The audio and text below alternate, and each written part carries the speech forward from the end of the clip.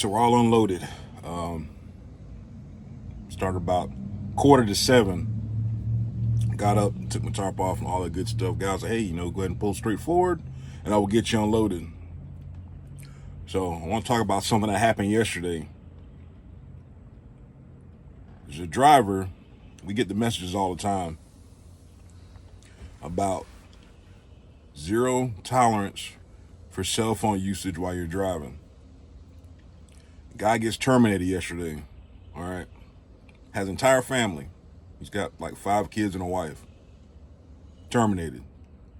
How do you explain to your family that you lost your job by something that was something foolish? All right. Now, of course, everybody reads in between the lines when you post stuff online. It's like, I'm looking for a job, preferably to be home every night, every other night, in the Atlanta area. So when you post stuff online, people are going to dissect it. All right. So the first comment, dude, you got fired. You got fired for using your cell phone, didn't you? Now the original poster, he never came back and responded to any of the comments on the page. You gotta think about what you're doing. All right. I don't know how that affects. Like I said, I stay out of trouble. It's just that simple. Stay out of trouble. I don't know how that is going to affect his driving career and record. I think when you get a cell phone violation, I think that goes on your driving record. You're about done. That's probably worse as a damn abandonment, almost probably. But there'll be some place that that might hire you with an abandonment over cell phone violation. Me, like I said, personally, I don't know. It's just too easy to do the right thing because it's one less thing to worry about. So the decisions that you make, affect your family. If you're out here by yourself and doing whatever, having a great time, hey, that don't matter. But when you know that you have a family that's dependent on you, you can't just do random stuff. You have to think about what you're doing. It's just that simple. All right. TMC has a business, and it's in black and white. I've said it in the last couple of videos. It's in black and white. Zero tolerance for cell phone usage while you're driving, operating a vehicle. Zero tolerance. All right. I don't understand why, the safety messages come out every week. I think between 2 to 4 guys, I'm going to say guys because it could be female too, 2 to 4 drivers last week were terminated for cell phone usage. It's either cell phone usage or failure to use proper securement. I don't think I have that email. I think I deleted it already. Just do the right thing. I mean, it got so bad. Fleet manager sends out a message yesterday. If you gotta get in contact with us, make sure you pull over in a safe place to use your phone. Yeah, no kidding. Because some fleet managers and some personnel at TMC, they do have a bad habit of calling you knowing that you're driving. But at the same time, like I said, you gotta use some damn common sense. All right, let me pull over and let me see what the heck's going on and make this phone call if I have to use my phone. I'm telling you, zero tolerance, man. So, like I said, now this guy's got to find a job. Good luck. I don't know how much experience he has, but not enough experience to use better daggone judgment. But anyway, enough about that. So got unloaded, and it's gonna almost how long it's gonna take to get a load. Like I said, I'm close, but not that close. And like I said, usually they get the drivers that are the furthest away a load first. So I'm in Valdosta. I'm not sure what we pick up around here. I've delivered here a few times. I can't remember offhand what we pick up in this area of southern Georgia. Like I said, I'm close enough to bounce to Lake City for insulation. I can bounce back to Jacksonville for a load for Monday. I'm not holding my breath on anything, so we shall see. But is it worth staying out? Not really. All right, so week before last, I did exactly $6,000 to the truck. All right, six grand. I think 6,000 something. All right, that was staying out for the whole week. This week, heading back towards the house, I did 5,400. So it's not really that much of a difference. So now I'm going to see what I'm going to do next week, since I'll be loading out somewhere around here. Because, of course, last week I was in Maine, reloaded, well, in New Hampshire, excuse me, reloaded in New Hampshire, went down to Charlotte. So usually that's how you want to be when you're starting your week out. You want to be as far as away from the house as possible, and so they can start working you back. If you're too close, then they kind of run you in the area of what they have. So I'm in a good situation for today. Like I said, parked up, got a full clock, so we just wait. It's 8 o'clock a.m. Eastern Standard Time. My fleet manager's probably just not getting into the office, and so I'm assuming between now and the next hour, if I'm lucky, I should have a load going somewhere. But like I said, nice quiet place. Got unloaded fairly quickly.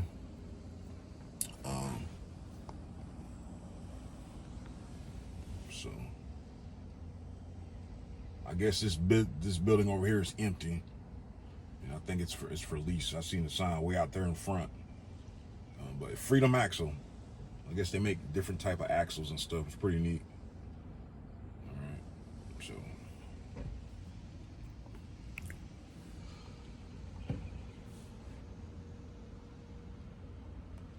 now we wait. And just like I thought, going somewhere crazy. Willacoochee, Georgia, going to Mocksville, North Carolina. Lumber for lumber tarp. Got to go 58 miles to pick it up, 400 miles loaded. Haven't been here in a while. I can't remember about this place. So that's no parking where I'm delivering to. I'll trip plan for that later and see what I'm going to do.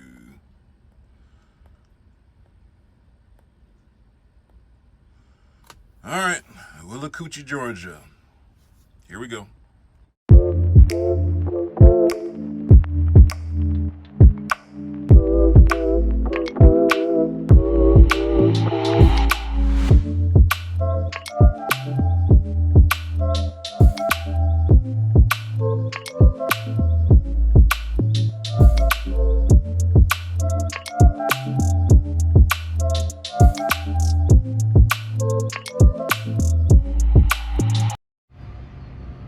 All right, there we go.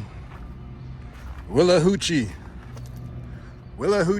Georgia, to somewhere in North Carolina. So we'll see how this goes. Slow is smooth, smooth is fast. I need to throw a strap right there, a 2-inch.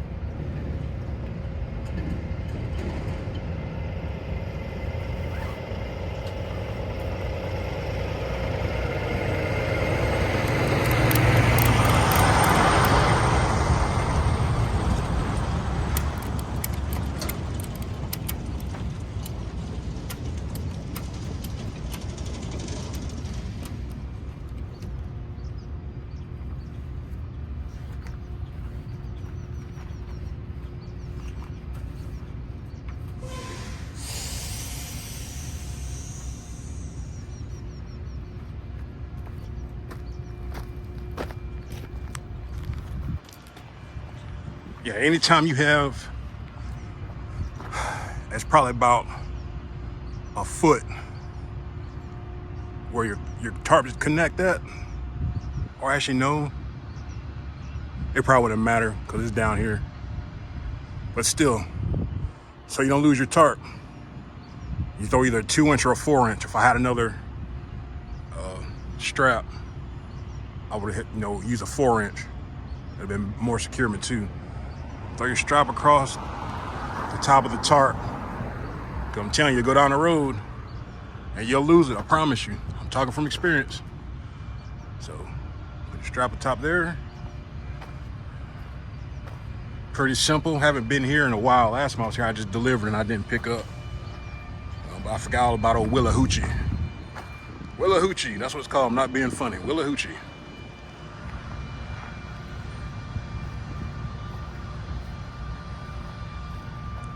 So I'm gonna go back, park, run some errands before my wife gets off of work. It's Mother's Day weekend. Make sure the moms in your life, make sure you take care of them. Make sure you take care of them.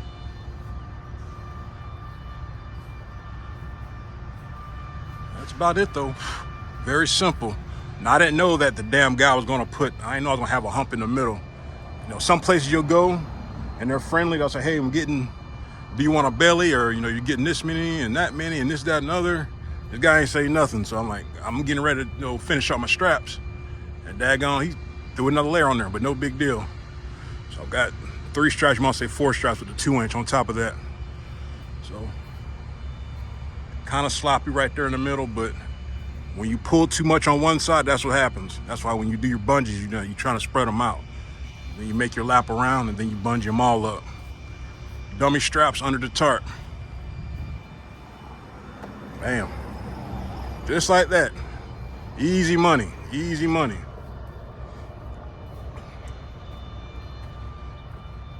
So, it's not even 12 o'clock yet, so I should be home at a decent hour. Get parked up and start the weekend. Let's see you on the next one. Enjoy your weekend, gang. Airborne Trucker signing off.